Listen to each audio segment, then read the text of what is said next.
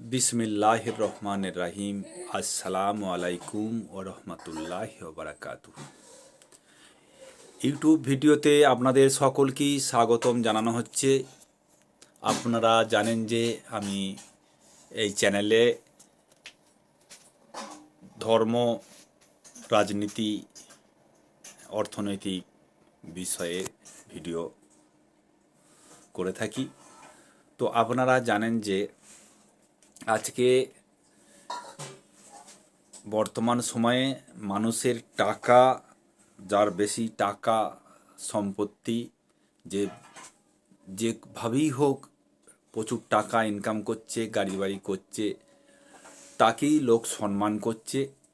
গরিব মানুষ যারা কিছু করতে পারছে না, সৎভাবে জীবনযাপন করে এই জীবনযাত্রায় ব্যর্থ হয়ে যাচ্ছে, কোনো উন্নতি করতে পারছে না, ঘরবাড়ি করতে পারছে না, ভালো খাওয়া দাওয়া করতে পারছে না, ভালো পোশাক পরতে পারছে না, এই সব ব্যক্তিদের কোনো সম্মান নেই সমাজে। এরা যেন সমাজের চোখে একটা জন্তু জানোয়ার, এরকমই তারা জীবন কাটাচ্ছে, সম্মানহীন এবং বাস্তব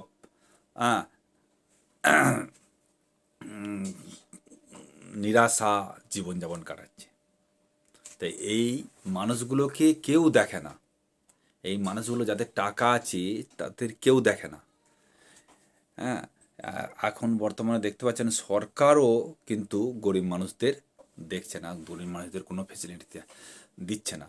যাদের আছে তাদেরই ফেসিলিটি পাচ্ছে। যেমন ধরুন, এই যাদের 5 বিঘে জমি আছে তারা বছরে একটা টাকা পাচ্ছে দুটো সরকারের কাছ থেকেই, কেন্দ্র সরকার, রাজ্য সরকার উভয়ের কাছ থেকেই টাকা পাচ্ছে। কিন্তু যার নেই সে তো টাকা পাবে না। তাহলে এই হয়ে গেছে আজকে বর্তমান পরিস্থিতি।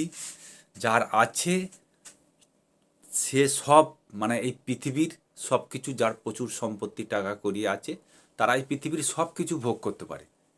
কিন্তু যার নেই সে সব দিক থেকে বঞ্চিত, না পাবে সম্মান, না, মানে ধনী লোকেরা যদি অত্যাচার করে গরিবদের, তো সেই তারা থানাতে গিয়ে কোনো বিচার ব্যবস্থা পাবে না, প্রশাসনিক বা সিকিউরিটি পাবে না, কোর্টেতে যেতে পারবে না টাকার অভাবে, তাই কোর্টেতে ভালো উকিল ধরে লড়তেও পারবে না, সব দিক থেকে বঞ্চিত। আপনাদের শুধু দু একটা উদাহরণ দিলাম, সব দিক থেকে। আমি বললাম গরিব হয়ে কিছু নেই, নিঃস্ব এরকম মানুষ আইনি সাহায্য পাচ্ছে বা আর্থিক অর্থনৈতিক সাহায্য পাচ্ছে এরকম আপনি দেখাতে পারবেন না। যেটা পাচ্ছে হয়তো সরকার থেকে, সেটা সামগ্রিকভাবে, হ্যাঁ, যেটা অল্প কিছু সেটা সবাই পাচ্ছে, কিন্তু যেটা বেশি কিছু সেটা কিন্তু ধনীদের। হ্যাঁ, যার 1 একর জমি আছে, 1 একর, 3 বিঘে 4 বিঘে জমি, 5 বিঘে জমি আছে, সে সেন্ট্রাল গভর্নমেন্টের কাছ থেকে 12,000, আর স্টেট গভর্নমেন্টের কাছ থেকে 10,000, 22,000 টাকা পাবে।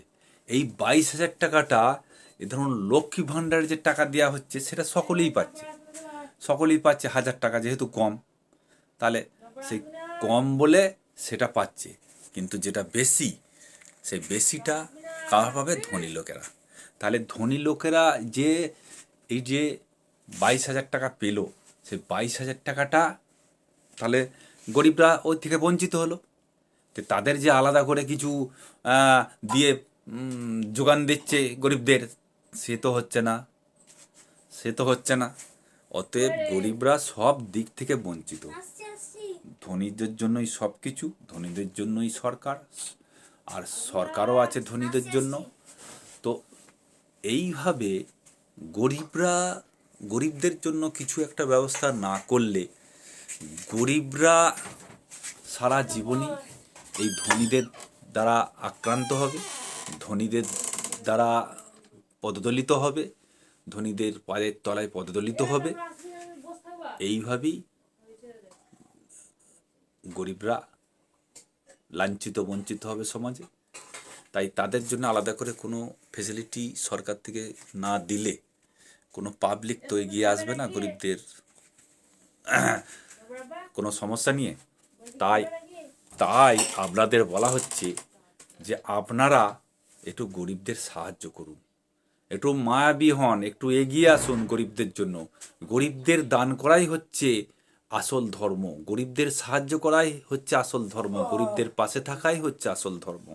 তাই আপনারা যদি প্রকৃত ধর্ম পালন করতে চান, দেখিয়ে দিন, গরিবদের দান করে দেখিয়ে দিন, তবেই বলবো একজন ধার্মিক ব্যক্তি। তাছাড়া যতই মন্দির মসজিদ নির্মাণ করুক, যতই নামাজ পড়ুক, যতই মন্দিরে পূজা দিক, যতই বড় বড় মন্দির নির্মাণ করুক, আমরা তাকে ধার্মিক কখনোই বলবো না। অতএব আপনারা ভালো থাকবেন, দেখা হবে আরও নতুন ভিডিও নিয়ে। ততক্ষণ পর্যন্ত আপনাদের এই ইউটিউব থেকে, এই ভিডিও থেকে এখনকার মতো বিদায় নিচ্ছি। দেখা হবে নতুন ভিডিওতে। খোদা হাফেজ।